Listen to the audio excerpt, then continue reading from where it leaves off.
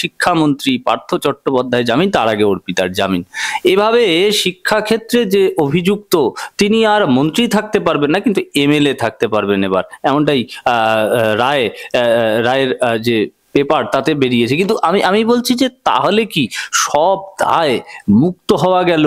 ঠিক তার বিকালবেলায় সন্দীপ ঘোষ, টালা থানার ওসি অভিজিৎ মণ্ডল জামিন পেলেন, এক ঝুড়ি জামিন গোটা একটা দিনে। দেখুন, অত্যন্ত দুর্ভাগ্যজনক দিন ছিল। ব্ল্যাক ফ্রাইডে সকালবেলা পার্থ চ্যাটার্জির জামিন, বিকেলবেলা অভিজিৎ মণ্ডল আর সন্দীপ ঘোষের জামিন। এর কারণ হচ্ছে সিবিআই এর ব্যর্থতাকে আমরা সম্পূর্ণভাবে দায়ী করছি। সিবিআই যেভাবে ব্যর্থতার সঙ্গে কাজ করছে, কেন যে লোকটার বাড়ির থেকে 50 কোটি টাকা পাওয়া গেল, সে অর্পিতা এবং তার প্রেমিক পার্থ চ্যাটার্জি, কেন তারা বেল পাবে? কেন সিবিআই এই লোকগুলোকে দোষী সাব্যস্ত করতে পারলো না? এই প্রশ্নগুলো তো সিবিআই কে দিতে হবে বাংলার মানুষকে। বাংলার মানুষ অনেক আশা নিয়ে, অনেক ভরসা নিয়ে, অনেক আকাঙ্ক্ষা নিয়ে সিবিআই দিকে তাকিয়েছিল, কিন্তু সেই আশা ভরসা আকাঙ্ক্ষাকে গলা টিপে হত্যা করেছে সিবিআই। আর বিকেল বেলা দেখছি কার বেল হচ্ছে? সন্দীপ ঘোষের আর অভিজিৎ মণ্ডলের। আরজি করার মতো একটা ঘটনা, যে ঘটনাটা নিয়ে সারা পশ্চিমবঙ্গ, সারা দেশ, সারা পৃথিবী উত্তাল হলো। 14ই আগস্ট নারীদের রাত দখল একটা ইতিহাস তৈরি করলো। স্বাধীন ভারতের ইতিহাসে লেখা থাকবে এই ঘটনা। সেই ঐতিহাসিক ঘটনার প্রেক্ষাপটে দাঁড়িয়ে মানুষের মধ্যে যে ব্যাপক আন্দোলনের একটা ভাব তৈরি হয়েছিল এবং আরজি করের জাস্টিসের দাবিতে যে গণ আন্দোলন গড়ে উঠেছিল, সেই মানুষের এত চাওয়া পাওয়া, মানুষের জাস্টিসের ডিম্যান্ড, তাকে ধূলিসাৎ করে দিল সিবিআই। 90 দিনে একটা সাপ্লিমেন্টারি চার্জশিট জমা দিতে পারলো না। এত গুরুত্বপূর্ণ মামলা একটা সাপ্লিমেন্টারি চার্জশিট জমা দিতে পারবে না সিবিআই? এটা মেনে নেওয়া যায় নাকি? না, এক্ষেত্রে যদি বলতে হয় যে কিঞ্জল, দেবাশিস, এরা তো প্রত্যেকেই বারবার আন্দোলনে গেছে। এ দাবিও ছিল যে দ্রুত বিচারের দাবি, সঙ্গে আরো কিছু দাবি। মমতা ব্যানার্জির সঙ্গে আলোচনাও হলো, সবটা হলো, কিন্তু এ রাজ্য থেকে যে অনুমতি চার্জশিট দেওয়ার জন্য, সেটাও তো একটা বিষ বাও জল। আমি বলছিলাম যে গোটা ঘটনা প্রক্রিয়া, চন্দ্রচূড় অর্থাৎ প্রাক্তন বিচারপতি সুপ্রিম কোর্ট, তিনি চলে যাবার সঙ্গেই কি অনেকটা মিল পাওয়া যাচ্ছে, বা বিলীন হয়ে গেল বিষয়টা, যে তিনি চলে গেলেন, একটা ঠিক প্রশ্ন চিহ্ন রেখে গেলেন। না, জাস্টিসে চলে যাওয়ার সাথে কোনো সম্মান, একজন জাস্টিস কাছে আর একজন আসবেন, কিন্তু বিচারপতি বদলে যায়, কিন্তু বিচারের রায় তো বদলায় না। তার যে অবজারভেশন ছিল, সেই অবজারভেশন গুলো তো বদলায়নি। আর সবথেকে বড় বিচারপতি যিনি হন, যে ঘটনাটা এতটা সংবেদনশীল, যেখানে একজন মহিলা ডাক্তার কলকাতার নীল সাদা রং করা তথাকথিত সুপার স্পেশালিটি হসপিটাল আরজি করে পুলিশের ঘেরাটোপের মধ্যে অন ডিউটি অবস্থায় ধর্ষিতা হলেন, খুন হলেন, সেখানে তিনি বিচার পাবেন না। সেখানে সিবিআই ব্যর্থ হবে, একটা সাপ্লিমেন্টারি চার্জশিট জমা দিতে পারলো না বা চাইলো না, এটা হতে পারে। এবং আমি তো বলবো এই আন্দোলনটাকে গলা টিপে হত্যা করেছে 3 জন জুনিয়র ডাক্তার। কেন মনে হয়? কারণ তাদের কোনো অভিজ্ঞতা নেই। তারা ভেবেছিল, দেখুন, তারা ডাক্তার হতে পারেন অবশ্যই, চিকিৎসা বিজ্ঞানে তারা নমস্য ব্যক্তি, আমার থেকে তারা ডাক্তারিটা নিশ্চয়ই ভালো বুঝবেন। ঠিক তেমন রাজনীতিতে কিন্তু তারা আমাদের কাছে শিশু। রাজনীতিটা আমরা করি, তারা করে না। একটা বিষয়কে কেন্দ্র করে সার্বিকভাবে, দেখুন, দলমত নির্বিশেষে, কে কংগ্রেস, কে সিপিএম, কে বিজেপি, কে তৃণমূল, কে আইএসএফ না দেখে মানুষ সার্বিকভাবে পথে নেমেছিল। একটাই কথা ছিল, উই ওয়ান্ট জাস্টিস ফর আরজি কর। এটাই তো কথা ছিল, এছাড়া তো কোনো কথা ছিল না। মানুষ দলহীন ভাবে, পতাকাহীন ভাবে, শুধুমাত্র পতাকা নিয়ে 14ই আগস্ট যে আন্দোলন করেছে, তার পরবর্তীকালে আবার রাত দখল করেছে, এমন বিভিন্ন কর্মসূচি হয়েছে, বিভিন্ন হয়েছে। তো সেই জায়গায় দাঁড়িয়ে যে গণ অভ্যুত্থান হয়েছিল মানুষের, সেটাই 3 জন জুনিয়র ডাক্তার তাদের পরিপক্কতার অভাবে, হয়তো ইচ্ছাকৃত করেনি, পরিপক্কতার অভাবে এবং কিছুটা নিজেদের নেতা হওয়ার বাসনায় সে আন্দোলন তো ভেঙে গেল। সাধারণ মানুষের সেই জনসমর্থন তো ভেঙে গেল এই ডাক্তারদের ভুল চিন্তা ভাবনা, ভুল পদক্ষেপের কারণে। হ্যাঁ, আমরা দেখলাম যে শুভঙ্কর সরকারও সেখানে গিয়েছিল, গো ব্যাক স্লোগান শুনতে হয়েছিল তাকে, হয়তো সলিসিডারি জানাতে গিয়েছিলেন কিনা আমার জানা নেই। কিন্তু আমি বলছিলাম, মমতা ব্যানার্জি একটা কথায় কিন্তু শিলমোহর বলল বলছিলেন যে আমার হাতে 7 দিন থাকলে দোষী চিহ্নিত করে তাকে অপরাধীর যে সাজা তার ব্যবস্থা করতে পারবেন তিনি। এখানে সিবিআই বারবার তথ্য প্রমাণ লোপাটের কথা বলেছে এবং একদম দৃঢ়ভাবে বলা হয়েছে যে তথ্য প্রমাণ লোপাট হয়েছে এবং চার্জশিট গেছে সঞ্জয় রায়ের বিরুদ্ধে, যাকে মমতা ব্যানার্জি অভিযুক্ত ঠিকই করে দিয়েছিলেন, ধরেই ফেলেছিলেন কলকাতা পুলিশ। তাহলে তো মামলা অনেক আগে মিটে যেতে পারতো, এতগুলোই দিন এতগুলোই সময় নষ্ট হলো। দেখুন, একটা কথা পরিষ্কার করে বলি, আপনি দুটো প্রশ্ন করেছেন, একটা শুভঙ্কর সরকারের বিষয়। দেখুন, আমি একজন রাজনৈতিক কর্মী, আমি যদি খবর পাই সমাজে কোনো অন্যায় হচ্ছে আমি সেখানে যাব না।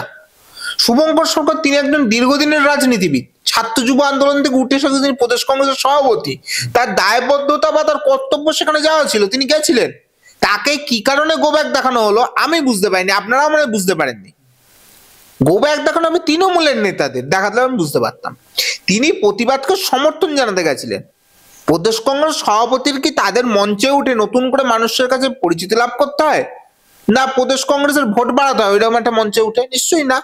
একটা প্রতিবাদের মঞ্চ। শুভঙ্কর সরকারেরও পরিবারে মা আছেন, স্ত্রী আছেন বা কন্যাও থাকতে পারেন, তো তিনিও তো কোনো না কোনো মহিলার পুত্র, মহিলার স্বামী, অবশ্যই সেই জায়গায় দাঁড়িয়ে তিনি গেছিলেন।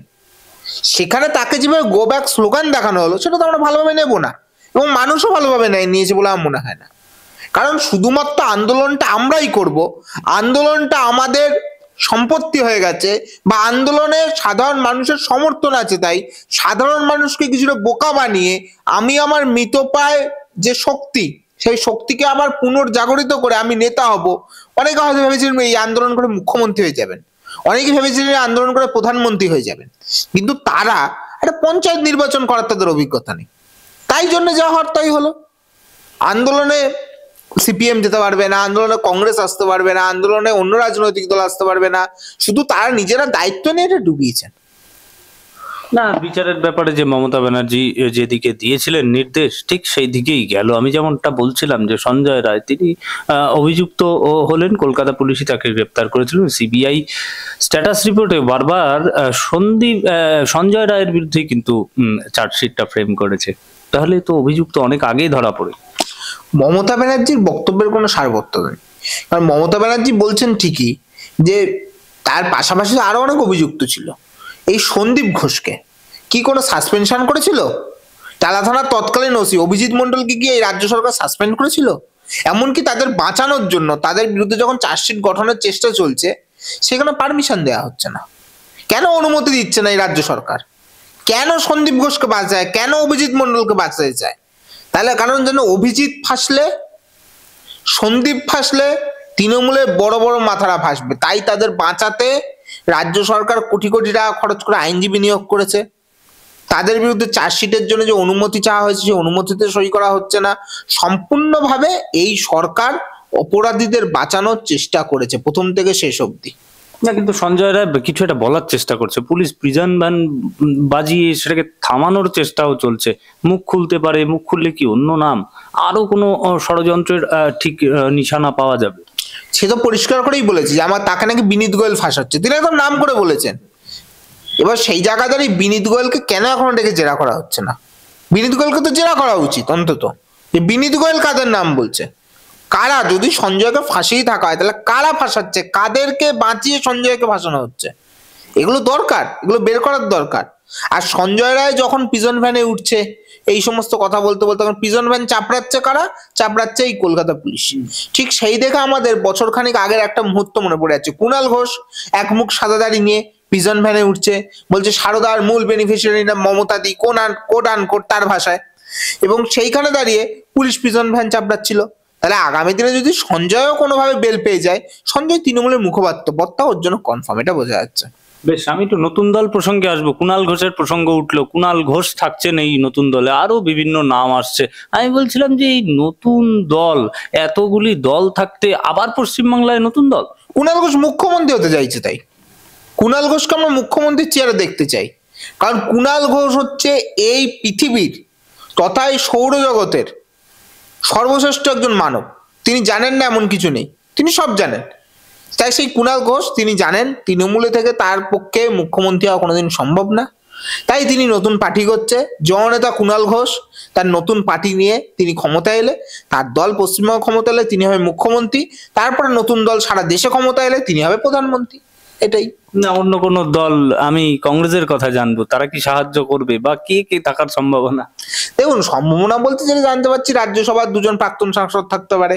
আপনারা কুণাল ঘোষের নাম বলছেন, এই জননেতা কুণাল ঘোষও থাকতে পারেন মুখ্যমন্ত্রী পদপ্রার্থী হিসেবে আপাতত, পরে প্রধানমন্ত্রী হবেন। এবং এছাড়াও জানা যাচ্ছে রাজ্যসভার একজন বর্তমান সাংসদ থাকতে পারে, আরো কয়েকজন নেতা থাকতে পারে, পশ্চিমবঙ্গের একজন বিধায়ক থাকতে পারেন, মুর্শিদাবাদের থাকতে পারেন এনারা। মানে কিসের ইস্যুতে নতুন দল হতে পারে? এই দল এখানে তৃণমূল, বিজেপি, সিপিএম, কংগ্রেস সকলেই রয়েছে এবং শতাব্দী প্রাচীন দল, এর মধ্যে বেশ কিছু। আমি বলছি এর পরেও দল, আমি বলছি দলটা কি তৃণমূলের বিরুদ্ধে কাজ করবে নাকি নতুন দল করতে হবে তাই দল করা? আর কি মনে হচ্ছে? আগে পার্টিটা ঘোষণা হোক না, তারা কি আদর্শ রাখছে, তাদের কি এজেন্ডা থাকছে, কি উদ্দেশ্য নিয়ে তারা কাজ করবে, দেখলেই বোঝা যাবে। এখনো তো এটা আমাদের কাছে পরিষ্কার না, আদৌ দল আর কে কে থাকছেন, কেউ পর্দার পিছন থেকে এই দলের রিমোট কন্ট্রোল হাতে রাখবেন কিনা, এগুলো দেখার দরকার। তবে এইটা বলতে পারি, তৃণমূল আড়াআড়ি ভাঙছে, কারণ তৃণমূলের মধ্যে দীর্ঘদিন ভাগ বাটোয়ারা নিয়ে, তাদের মধ্যে মাল খাওয়া খাই নিয়ে, টাকার ভাগ বাটোয়ারা নিয়ে দীর্ঘদিনের লড়াই চলছে এবং এই লড়াইয়ের শেষ প্রান্তে এসে এখন পৌঁছেছে। এই পৌঁছানোর পরিস্থিতিতে এখন শুধুমাত্র ভাঙন সময়ের অপেক্ষা, তৃণমূল আড়াআড়ি ভাঙবে।